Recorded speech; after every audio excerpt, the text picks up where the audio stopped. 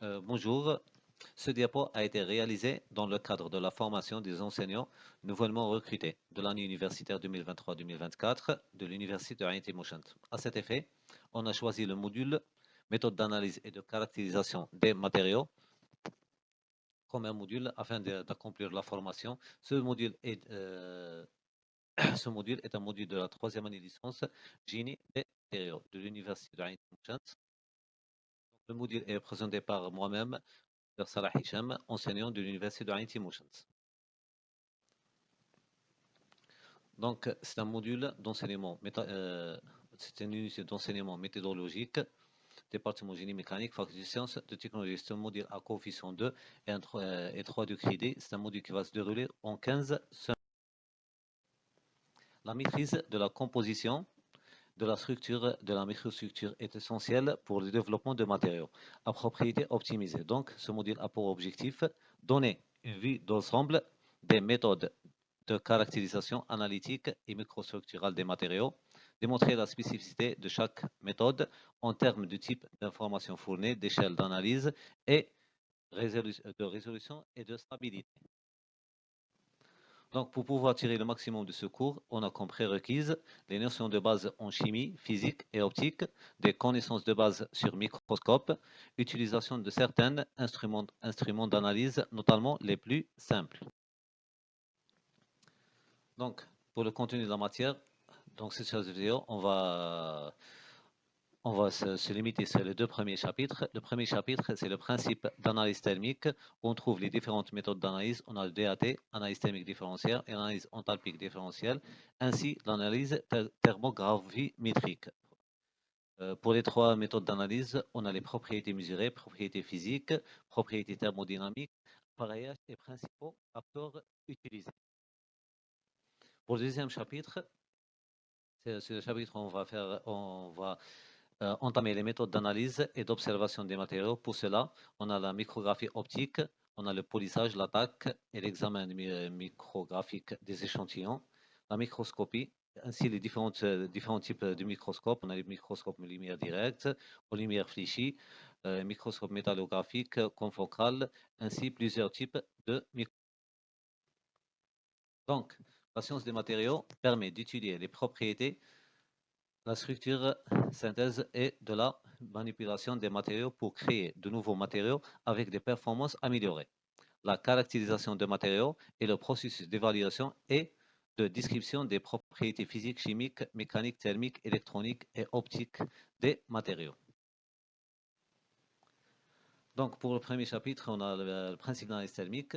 Pour le principe d'analyse thermique, est largement utilisé à la fois pour le contrôle qualité et dans l'application de recherche sur les produits industriels.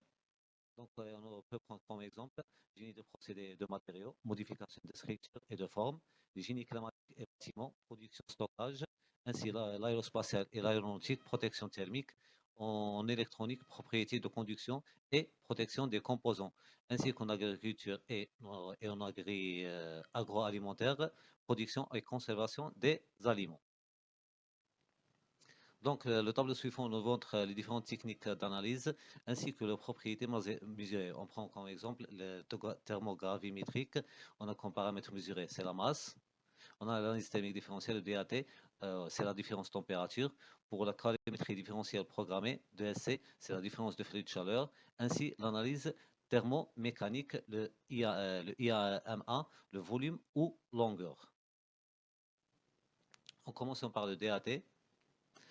Cette méthode consiste à mesurer la différence de température delta T entre un échantillon TE et une substance de référence TR.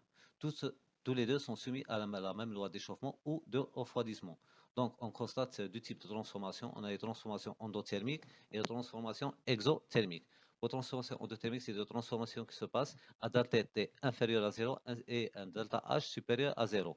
Pour les transformations exothermiques, comme la cristallisation ou l'oxydation, elle se passe à delta T supérieur à 0 et delta H inférieur à.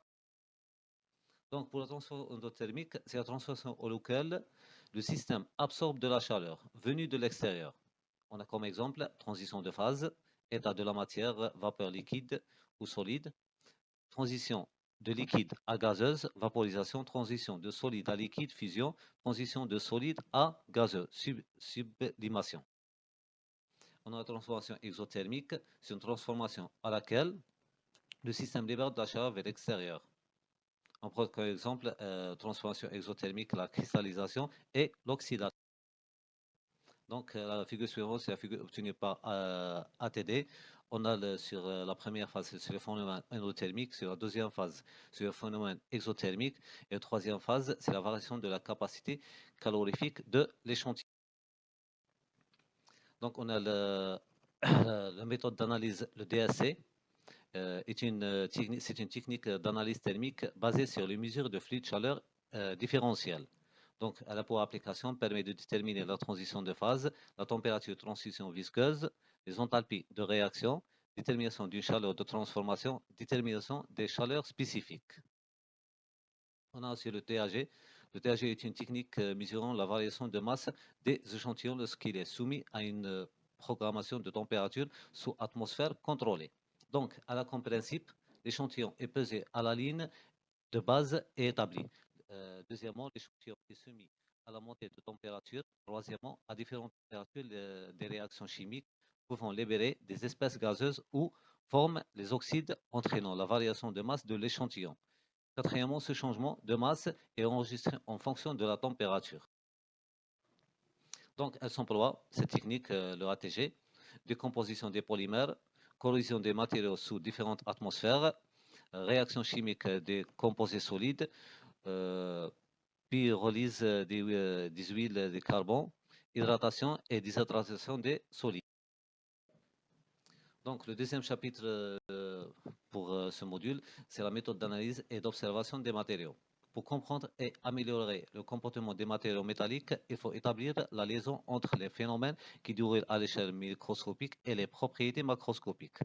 La structure interne des matériaux est composée de grains ou de particules de taille microscopique qui constituent la microstructure. Celle-ci est observable par microscope optique ou électronique. Donc, la figure suivante nous montre la différence entre le grossissement de l'œil et ainsi différents microscopes. On remarque très bien que le microscope MET, c'est le microscope qui a le plus de grossissement jusqu'à 10 puissance 5. Donc, pour la micrographie optique, c'est dans la seconde moitié du XIe siècle que le microscope optique a commencé à être utilisé pour examiner les structures des produits métallurgiques. Anna Soft en 1841, puis Henry Clifton Sorby en 1864, furent les pionniers de cette technique avec Floris Osmond, lequel publiera le premier ouvrage illustré de motomicrographie.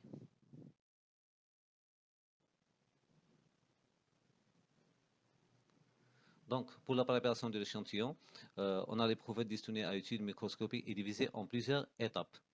Donc, sur ces étapes, on peut citer en premier, c'est la découpe de l'échantillon, après le polissage et l'enrobage, ainsi, finalement, l'attaque chimique ou électrique.